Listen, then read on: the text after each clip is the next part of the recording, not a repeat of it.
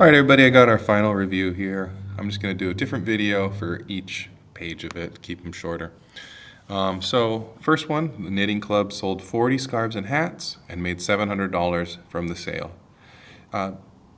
Usually in these situations, we get two separate equations. One equation talks about the number of things, and then the other one will talk about the money. So I'm betting, just from that first sentence, that I'm going to have one equation that equals 40 and a separate equation that equals 700. They sold $18 for each scarf and $14 for each hat. So a lot of you were able to write something like 18x plus 14y. Maybe you used S and H. Just specify what those letters stand for. Even if you used S and H and you're like, it's obvious, S is scarves, just write down that X is the scarves sold, and then H or Y here is the hats sold. Oops, I wrote solve. Sold. Okay. Now, a lot of you were able to get that first equation fine. And then the second equation seemed a little harder. Like, what adds up to 40 here? And what I asked you was think about, well, if you sold 30 scarves, can you figure out how many hats? And you're like, yeah, 10. Well, what if you sold 35 scarves? You're like, okay, 5. And then if I ask you to think about it, you're just thinking of what other number adds up to 40. In other words, if I tell you one number, you need the other number to add up to 40. That just means the number of scarves plus the number of hats is 40. And that's all we had to do in question 1. It just was a write the system and say what your variables mean. It didn't even say to solve it. We could solve it, but we're not going to because it didn't say to do that. Question 2, car traveled 180 miles at a constant rate. Okay, so if it traveled 180 miles at a constant rate, I'll do one of the easier ones first. I know that if it took 3 hours to do that, I can do 180 divided by 3. I know that if it goes 60 miles per hour, then in 3 hours it will travel the whole 180 miles. If it took 5 hours, I know the car has to be going slower. So I'm thinking, what number times 5 makes 180? 180 divided by 5 should be 36, I think. The other ones I can't do on my head, but I just want to point out that I did 180 divided by 3, and that gave me 60. I did 180 divided by 5, and that gave me 36. So on these other ones, I just need to do 180 divided by 4.5 and 180 divided by 2.25. And you can see the other numbers there.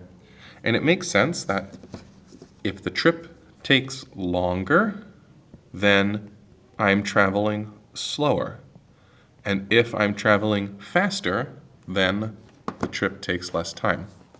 So what I'm seeing is that for each of these, I did 180 divided by time to get the R, the speed. Great. Next one, find the solution of the system of equations. This looks to me like an elimination problem because my x's are on top of each other, my y's are on top of each other, and so I can add or subtract the equations to try to eliminate one of the variables.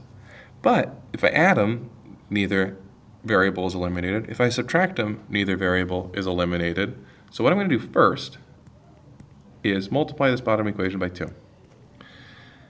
I came up with the 2 because that'll make both equations have the same number of y's. Okay. Some of you also, instead of matching up the y's like I did, decided to match up the x's. So I saw some people multiplying the top by 2 and the bottom by 3, because then you'll have 6x in both equations. If you did it that way, that's totally fine. So the top equation, I'm just going to write it down again. The bottom equation, 2 times 2x, 2 times y, 2 times 6. Add those two equations together. 3 plus 4 is 7. Negative 2 plus 2 is nothing. 23 plus 12 is 35. 7 times what makes 35? 7 times 5 makes 35. So I know x is 5. I'm not quite done because I need to find the solution to both. So then I plug it back in. 2 times x plus y is 6. 10 plus y is 6. That means y has to be negative 4. Beautiful. Very similar process in number 4. We just didn't tell you the equation off the bat. But it says that 4 apples and 2 oranges cost $12. 6 apples plus 1 orange costs $15. I hope you can see how this is almost the same problem as before. I'm going to double the bottom equation. So now I have 2y. And I'm going to subtract those equations from each other. So I have 12x's, take away 4x's, 8x's left over. 2y's from my doubled bottom equation, minus the top, eliminates the y's. 2 times 15 is 30. 30, subtract 12. What is 30 subtract 12? 18.